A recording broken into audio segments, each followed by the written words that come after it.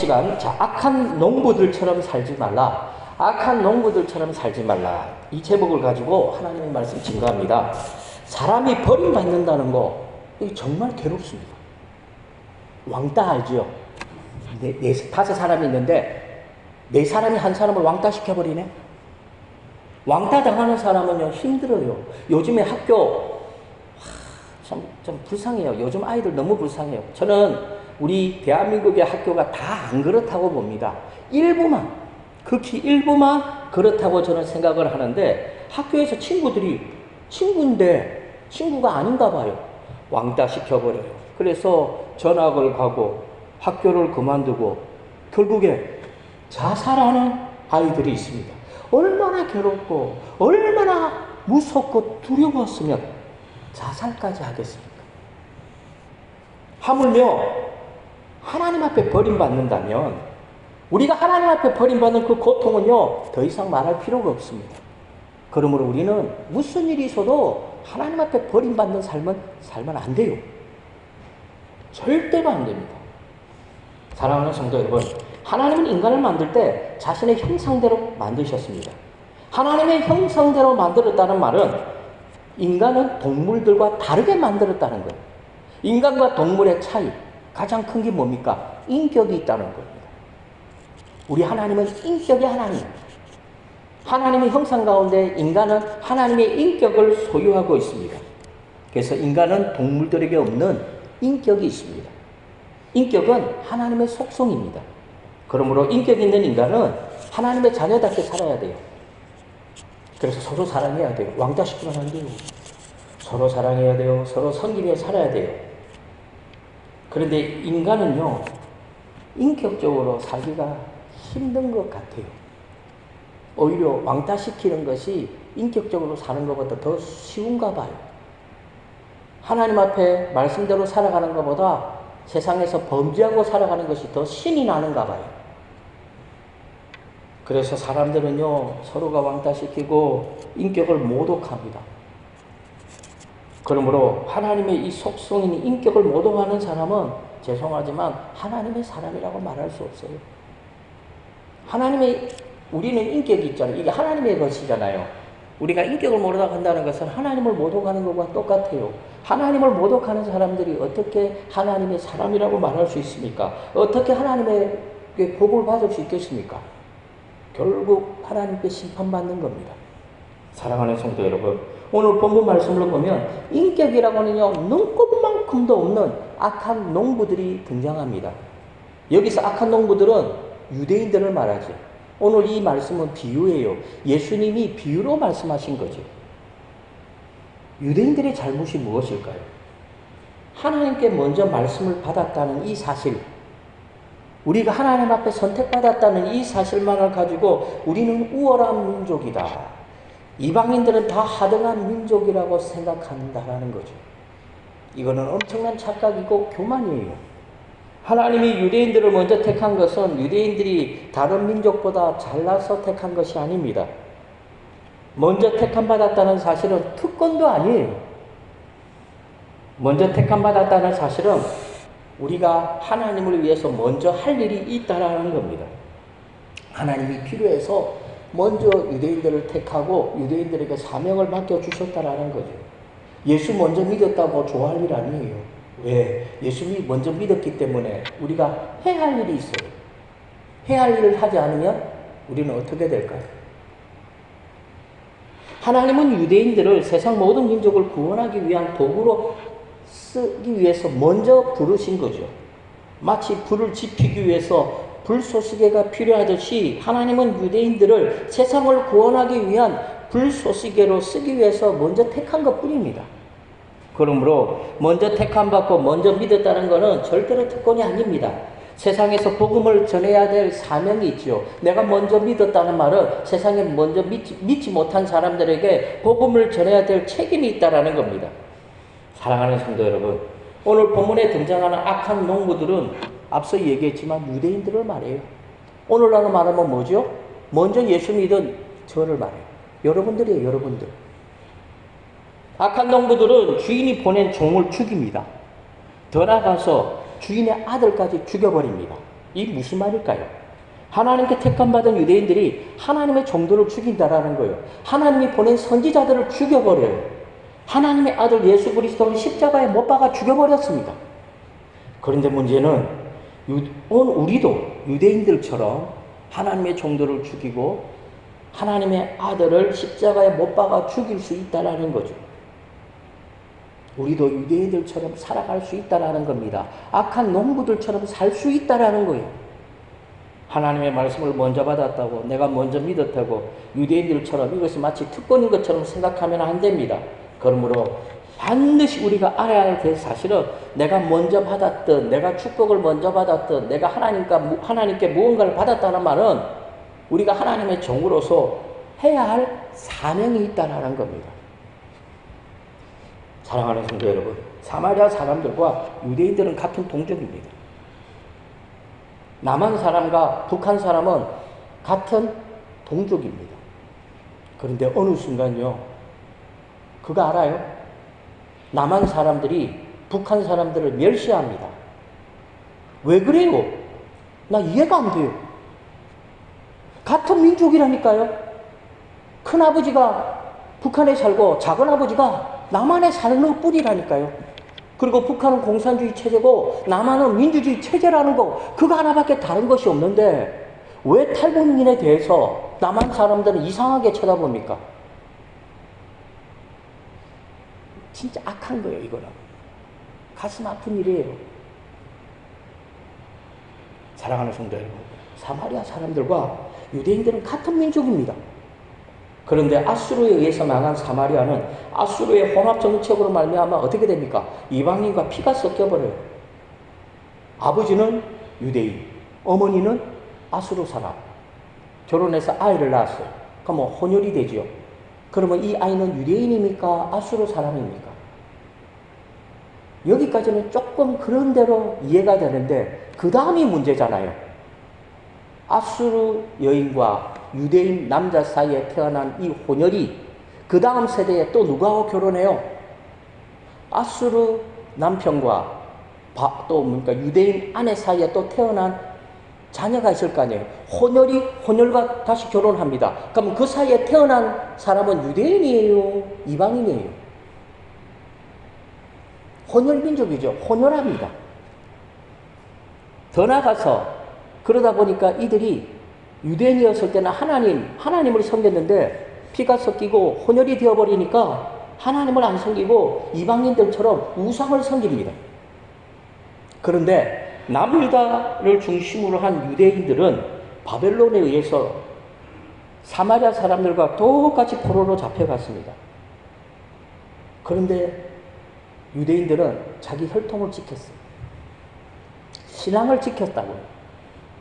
그래서 정통 유대인들은 유대인으로서 신앙과 혈통을 지키지 못했다고 이 사마리아 사람들을 이방인보다 더 천하게 대합니다. 아예 짐승 취급을 합니다. 물론 사마리아 사람들이 잘했다는 것은 아닙니다. 그래도 유대인들이 사마리아 사람들을 짐승처럼 취급하는 것은 하나님 보실 때에 정말 아름다운 모습이 아니에요. 어느 정도로 싫어하느냐면 사마리아 사람들이 가는 길을 아예 안 간다니까요. 사마리아 사람 지나가면 눈을 감아버려요. 정말로 이거는 하나님 보시기에 뭐라고 표현해야 될까요? 하나님은요, 사마리아 사람이나 유대인들이나 똑같다고요. 그런데 유대인들은 자기는 마치 선한 민족이고 사마리아 사람들은 범죄한 사람처럼 취급한다는 겁니다. 하나님 볼 때는 어이가 없지. 얼마나 어리석습니까? 그래서 예수님이, 이 땅에 오신 예수님이 유대인들을 탐탁해 여기지 않았죠. 심지어 유대의 지도자들 향해서 뭐라고 말씀하셨죠? 화 있을진저, 이 독사의 자식들아.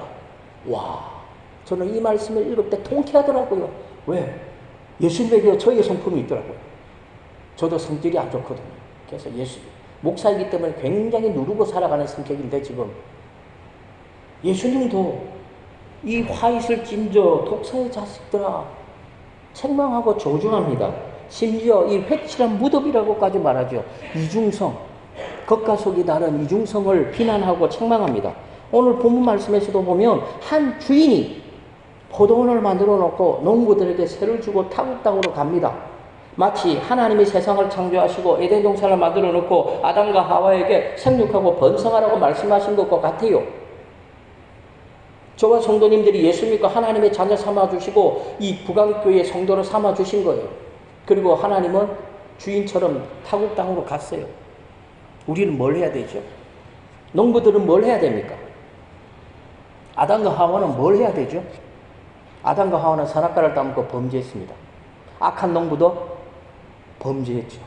그럼 우리는 아담과 하와처럼 범죄해야 됩니까? 악한 농부들처럼 범죄해야 됩니까? 그러면 안 된다는 거죠. 주인은요, 농부들이 마음 놓고 포도원에서 일할 수 있도록 모든 것을 갖춰줬죠. 그리고 추수할 때가 되었습니다. 그래서 주인은 자기 종들을 농부들에게 보냅니다. 왜? 추수를 했으니까 그에 대한 세를 받기 위해서. 근데 상황이 완전히 돌변하고 말았습니다. 농부들은 주인이 보낸 종을 영접하기는커녕 하나는 심히 때리고 하나는 죽여버리고 하나는 돌로 쳐서 죽여버립니다. 그런데 주인은 이 사실을 알고도 당장 이 농부들을 처벌하지 않습니다. 주인은 인내합니다. 기다립니다. 그들이 잘못을 뉘우치고 주인에게 와서 주인님 우리가 잘못했습니다. 회개하기를 기다리죠. 그래서 주인은 또다시 농부들에게 기회를 줍니다. 그래서 다른 종들을 또 보냅니다. 근데 결과는 마찬가지입니다.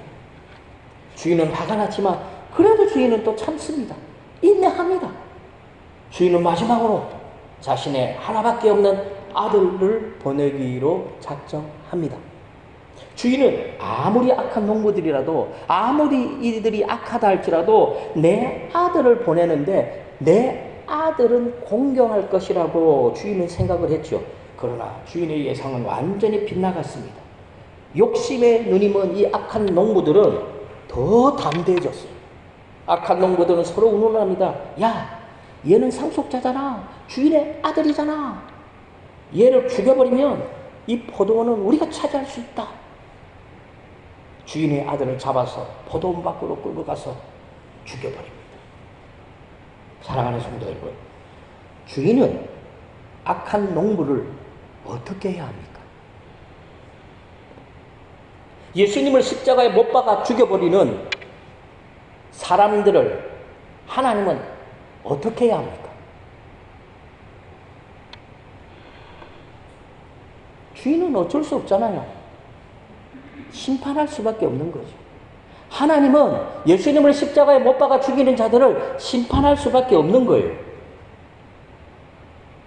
그래서 오늘 본문에 보면 주인은 악한 농부들을 다 진멸해버리고 열매를 바칠 만한 다른 농부들에게 세를 줄 수밖에 없다고 오늘 본문에서 말하죠. 자, 마태복음 21장 41절 우리 다 같이 읽습니다. 그들이 말하되 그 악한 자들을 열매를 바칠 만한 많은 농부들에게 새로 줄지어다. 사랑하는 성도 여러분, 악한 농부들은 주인에게 버림받는 길밖에 없겠죠. 아무리 농부들이 주인에게 용서를 구해도 이미 때는 늦었어요. 무슨 말입니까? 우리가요, 이 땅의 삶을 살 때 은혜 받을 때가 있거든요. 은혜 받을 때 은혜 받아야 돼요. 그리고 심판받을 때는 우리는 어떻게 되죠? 심판받는 길밖에 없는 거예요. 복음이 전해질 때는 예수를 믿지 않다가 예수님이 이 땅에 와서 심판할 때 그때 예수 믿는다고 말하는 것은 그건 믿음일까요? 믿음이 아닐까요? 믿음이 아니죠. 왜요? 두려우니까 믿는 거잖아요. 하나님이 예수님이 이 땅에 오셔서 세상을 심판하고 멸할 때 이 땅에 예수 믿지 않는 사람들은 그 장면을 보면서 무섭지요. 두렵지요. 야, 지옥 가네. 그러니까 어떻게 합니까? 무서워서 예수 믿는 거잖아요. 이거 예수 믿는 거 아니잖아요. 만약에 이런 스타일로 예수 믿는다면 협박을 통해서 예수 믿게 하는 것도 하나의 전도의 방법이 되잖아요. 칼을 보게 되고 네 예수 믿을래? 예수 안 믿으면 죽여버려. 그러면 나 예수 믿어요. 예수 믿어요. 왜 믿죠? 안 죽으려고. 이거 예수 믿는 거 아니잖아요. 이거는 복음을 전하는 방법이 아니거든요. 그래서 유대인들이 결국 하나님이 어떻게 하죠? 이 주인이 복음을 거절했기에 복음은 결국 어디로 넘어가죠? 이방인들에게 넘어가는 거죠. 이방인들에게. 한 달란트 받은 종이 자신이 받은 달란트를 주인에게 빼앗기죠. 그 달란트는 누구에게 갑니까? 다시 달란트 받은 종에게 넘어가요. 그럼 나는 한 달란트 받은 종은 받은 달란트를 빼앗겨버리고 어떻게 어두운 가운데 쫓겨나지? 버림받아요. 사랑하는 성도 여러분, 유대인들은 하나님께 먼저 택함받았지만 하나님이 보낸 선지자들을 때리고 죽였습니다. 심지어 하나님의 아들 예수 그리스도까지 십자가에 못 박아 죽였습니다. 주인은 어쩔 수 없이 악한 농부들을 다 진멸하고 포도원을 다른 농부들에게 새로 줄 수밖에 없습니다. 유대인들은 더 이상 하나님의 선민이 아니라는 거죠. 이 말이 무슨 말일까요? 유대인들은 하나님의 복음을 들고 믿지 않는 사람들에게 증거할 자격이 없다라는 거죠. 그래서 그 복음이 누구에게 갑니까? 이방인들에게 가요. 이방인들. 사랑하는 성도 여러분, 하나님 앞에는 이방인도 없습니다. 유대인이 어디 있고 이방인이 어디 있습니까? 헬라 사람이 어디 있습니까? 하나님 앞에는 모든 영혼이 똑같습니다. 예수 그리스도를 구주로 영접한 사람들이 하나님의 택한 백성이지 유대인들이 하나님의 택한 백성이 아니라는 거예요. 이방인들도 예수를 믿기만 하면 하나님의 자녀가 될 수 있고 이방인들도 예수 믿기만 하면 누구든지 하나님의 택한 백성이 될 수 있다라는 겁니다. 그러므로 먼저 됐다고 해서 내가 먼저 되는 게 아니죠. 먼저 된 자도 얼마든지 나중 될 수 있고 먼저 된 자도 나중에 하나님 앞에 버림받을 수도 있습니다. 그래서 먼저 믿었다고 좋은 것만은 아니에요. 내가 먼저 예수 믿고 내가 복을 받았다고 해서 좋은 것만은 아니에요. 가난한 사람이 부자 됐어요. 아, 내 하나님께 복 받았다. 좋은 것만은 아니에요. 몸이 아파 죽어가던 사람들이 병이 나았어요. 좋은 것만은 아니에요. 왜요? 건강을 회복받았으면 그 건강을 가지고 나 뭐 해야 되죠? 육신적으로 나의 행복을 위해 살아간다면 하나님은 우리를 치시겠죠. 하나님이 왜 우리에게 건강을 주셨습니까? 하나님이 왜 우리에게 물질을 주셨습니까? 하나님이 왜 우리에게 지혜와 명철을 주셨습니까? 하나님의 일을 하라고 주신 거예요. 주인이 악한 농부들을 포도원에 맡겼잖아, 일하도록. 그러면 포도원에 일하는 악한 농부들은 뭘 해야 되죠? 열심히 일해가지고 새를 주인에게 바치면 되는 거예요. 우리도 먼저 믿었죠. 믿은 자로서 뭘 해야 되죠? 예수님이 우리에게 주신 사명을 감당하면 되는 거죠. 근데 사명을 감당하지 않으면 축복이 저주가 된다는 거예요. 축복이 저주가 됩니다. 그래서 야곱을 통해서 지난번에 설교했잖아요. 하나님이 그 축복을 빼앗아가지고 누구에게요? 그 축복을 받을 만한 사람에게 주는 거예요. 교회도 마찬가지예요. 교회가 하나님의 사명을 등한시 않으면 하나님께서 그 교회의 축복을 빼앗아가지고 이 사명을 감당할 수 있는 교회에 맡기는 겁니다. 그래서 먼저 믿었다고, 내가 복을 받았다고, 내가 건강하다고, 이것이 좋은 것만은 아니에요. 사랑하는 성도 여러분, 사도 바울은 이방인들을 향해 복음을 전할 때마다 마음이 굉장히 아팠대요. 이방인들에게 복음을 전했어요. 근데 이방인들이 다 예수를 믿어요. 그럼 기뻐야 되잖아요. 사도 바울은 기뻤지만 마음 한켠에는 좀 뭐라 그러죠? 아파요. 왜요? 내 동족들. 이방인들은 이렇게 예수를 잘 믿는데 내 동족 유대인들은 왜 이렇게 예수를 안 믿는지 모르겠어요. 오히려 자기를 사도 바울을 죽이려고 작정을 하고 쫓아다니는 사람까지 있습니다. 그래서 사도 바울은 자기 동족 유대인들이 예수 믿지 않는 이 사실에 항상 마음에 한이 되어 있어요. 혹시 성도님 중에서 사도 바울과 같은 이런 아픔을 갖고 있는 분들이 있습니까? 남편이 예수를 믿지 않아서 마음 아프신 분들이 있습니까? 내 자녀가 예수 믿지 않아서 마음 아픈 분들이 있어요? 한이 된 분들이 있습니까? 방법은 하나밖에 없어요.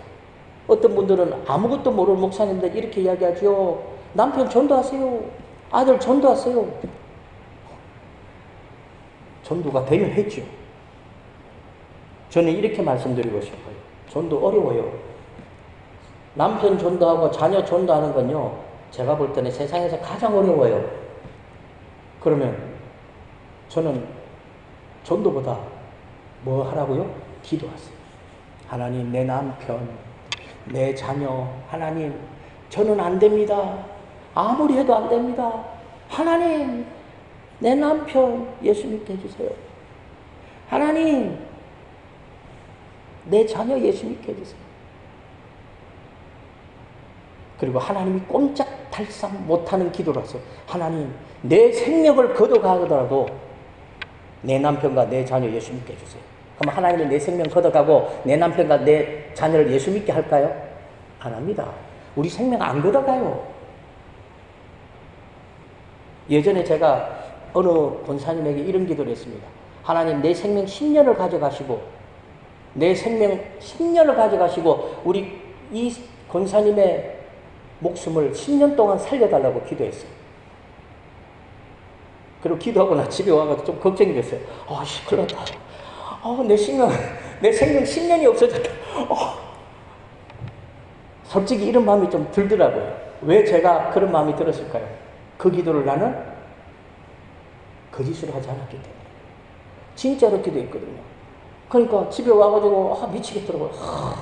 그때는 내가 은혜가 임했든지 성령이 임했든지 몰라도 그 권사님한테 기도하면서 하나님, 내 생명 10년을 그 권사님에게 주시고 권사님 살려달라고. 그리고 집에 와가지고 솔직히 말할게요. 내가 기도를 잘못한 것 같다고. 내 생명 10년이. 근데 시간이 지나면서 내가 알았죠. 우리 하나님은 그런 분이 아니구나. 내 생명을 빼앗아 가시는 분이 아니구나. 그래서 저는 확신해요. 그 권사님 10년 더 살 겁니다. 더 살 겁니다. 사랑하는 성도 여러분, 기도하세요. 하나님이 꼼짝달싹 못하는 기도. 하나님이 그 기도를 들어줄 수밖에 없는 기도라서요. 하나님, 내 남편, 내 자녀, 예수 믿기만 해주세요. 그러면 내가 이렇게 하겠습니다. 이걸 뭐라고 부르죠?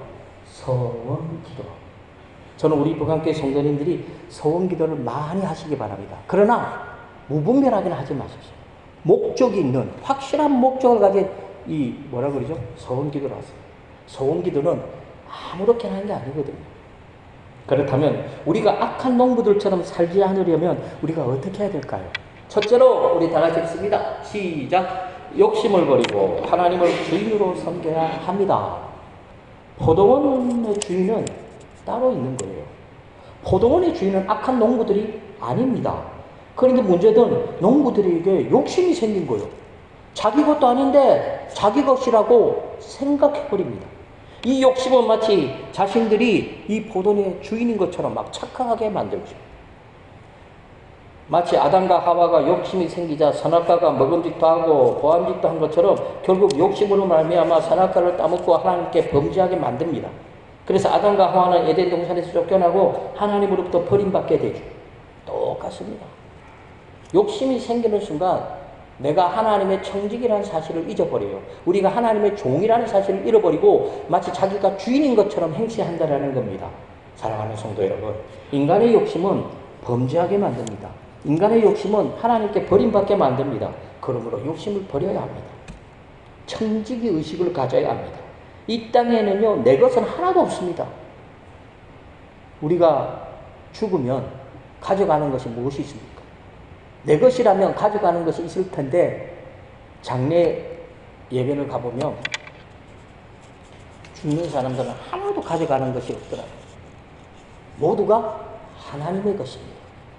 다만 우리는 하나님의 것을 맡아 관리하는 청지기에 불과합니다. 그러다가 때가 되면 모든 것을 다 내려놓고 우리는 하나님 앞으로 가야 합니다. 그러므로 욕심을 버리고 내가 주인 되면 안 되고 하나님을 주인으로 섬기는 삶을 살아야 됩니다.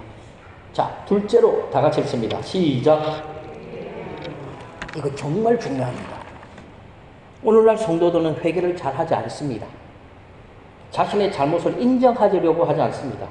잘못을 인정하고 회개하기보다는 항상 자신이 그럴 수밖에 없는 사정을 이야기합니다. 목사님, 그게 아니고요. 그럼 그게 뭔데요? 제가요, 이렇게 사정으로 어쩔 수 없이 이렇게 했습니다. 그럼 한 거 아닌가요? 했잖아요.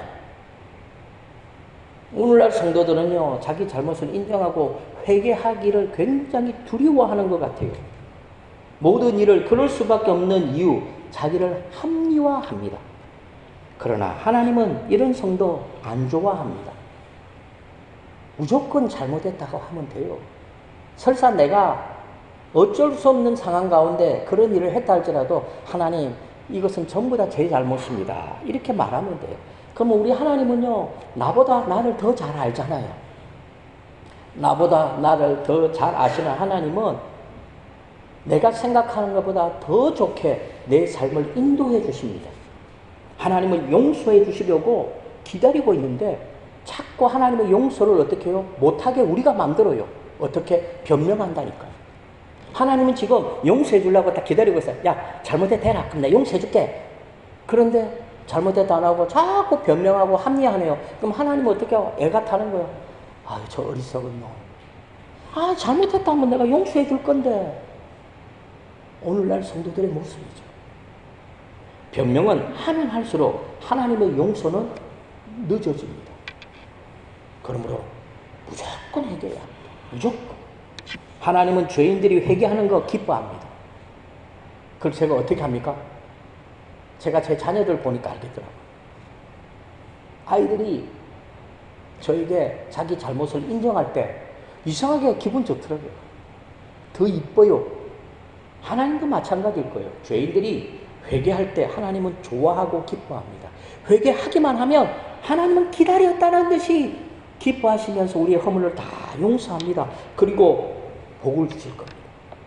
이것이 회개는 하나님의 자녀만이 갖는 특권이고 복입니다. 회개는 복이에요. 그러므로 기회를 놓치면 안 됩니다. 만약에 회개할 수 있는 기회에 회개하지 않는다면 우리 누구처럼 됩니까? 오늘 본문에 악한 농부들처럼 됩니다. 우리 주인은 이 악한 농부들에게 기회를 주잖아요. 기회를 줘요. 그러면 빨리 회개해야죠. 회개하지 않으니까 심판받는 겁니다. 주인이 종들만 보낸다고 주인이 힘이 없는 게 아니잖아요. 주인은 오래 참고 있는 거예요. 기다리고 있는 거예요. 왜요? 회개하기를. 잘못을 인정하기를. 그렇다고 왜 하나님은 많은 종도를 보낼까요? 왜 목사님들을 통해서 하나님의 말씀을 전하게 할까요? 왜 우리를 통해서 전도하게 할까요?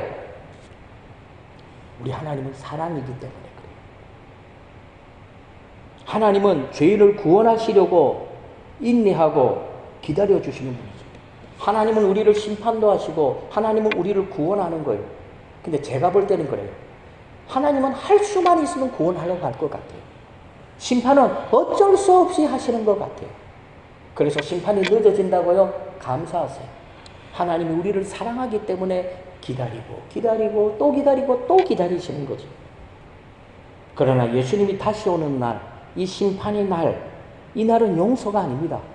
말 그대로 심판의 날이죠. 그러므로 악한 농부들처럼 살면 안 됩니다. 악한 농부들처럼 살면 하나님께 버림받는 인생이 될 수밖에 없습니다. 사랑하는 성도 여러분, 저와 성도님들은 하나님을 주인으로 섬기면서 우리가 하나님의 그 은혜와 하나님의 사랑, 특히 우리가 범죄할 때 기다려주시는 그 하나님을 바라볼 수 있기를 바랍니다. 그리고 먼저 믿은 자로서 세상을 향해서 믿지 않는 자들에게 하나님의 뜻을, 복음을 전하는 저와 성도님들이 다 되어지기를 주님의 이름으로 간절히 축원합니다.